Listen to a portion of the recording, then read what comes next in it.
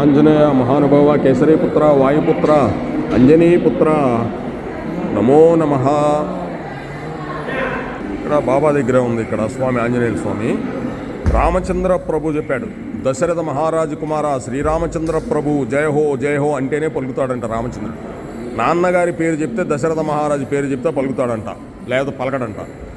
దశరథ మహారాజు కుమార శ్రీరామచంద్ర ప్రభు అంటే ఒక్కసారి ఉలిక్కి పడతాడంట అయోధ్య నుంచి. ఎవడు రామా నాన్నగారి పేరు చెప్పింది ఆంజనేయ స్వామి, వాడికి 100 మార్కులే అంటాడంట. అది శ్రీరామచంద్రుడు తల్లిదండ్రుల్ని ప్రేమించే తత్వం గలవాడు. రామచంద్ర తల్లిదండ్రులే పరమదైవంగా చూశాడు. అంటే తల్లిదండ్రులే ఆ పాండురంగడు. చూశారండి, కృష్ణం వందే జగద్గురు. ఈరోజు కామిని ఏకాదశి, ఈరోజు ఉపవాసం ఉండాలి, సగ్గు బియ్యము పండ్లు పాలు తీసుకోవాలి. అప్పుడే దానికి భక్తి మార్గానికి వెళ్తుంది. ఈ శరీరం కూడా మనకు సహకరిస్తుంది. అందుకు ఏకాదశి రోజు అన్నం తీసుకోకూడదు, మహాపాపం అదంతా. సరే, దానిలో ఉంది కాబట్టి చెప్తున్నామండి.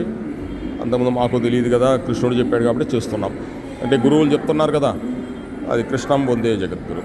అందులో 14వ అధ్యాయం గుణత్రయ విభాగ యోగం, అది వినాలి, లేకపోతే ఒక పద్యమన్నా చదువుకోవాలి. కృష్ణం వందే జగద్గురు. ఈ 3 గుణాలు దాటిపోవటమే గుణత్రయ విభాగం. అంటే మనలో రజోగుణము, తమో గుణము, సత్వగుణం 3 గుణాలు ఉంటాయి. ఈ 3 గుణాలు దాటి భగవంతుల్లోకి వెళ్ళిపోవాలా. సామాన్య విషయం కాదు ఇది. ఈ ప్రకృతి గుణాలన్నింటినీ బంధించేస్తుంది. ఇక్కడ కాసేపు మామూలుగా ఉంటాడు, భలే మంచివాడిగా ఉంటాడు. కాసేపు వస్తే నా అంత రోడ్లేని మీసం తిప్పుతాడు. కాసేపు వచ్చిన తర్వాత ఇక నేనే రాజునని చెప్పి ఏమేం చేస్తాడు అతనికే తెలియదు. ఇది 3 గుణాలు దాటిపోవాల్సిందే భగవంతుడి దగ్గర చేరాలంటే చెప్తున్నాడు. ఈ ప్రకృతిలో నుంచే వస్తాయి ఈ 3 గుణాలు. హరే కృష్ణ కృష్ణ కృష్ణ హరే హరే, హరే రామ రామ రామ హరే హరే. కామినీ ఏకాదశి గోవింద గోవింద. కొండలవాడ వెంకటరమణ గోవింద గోవింద.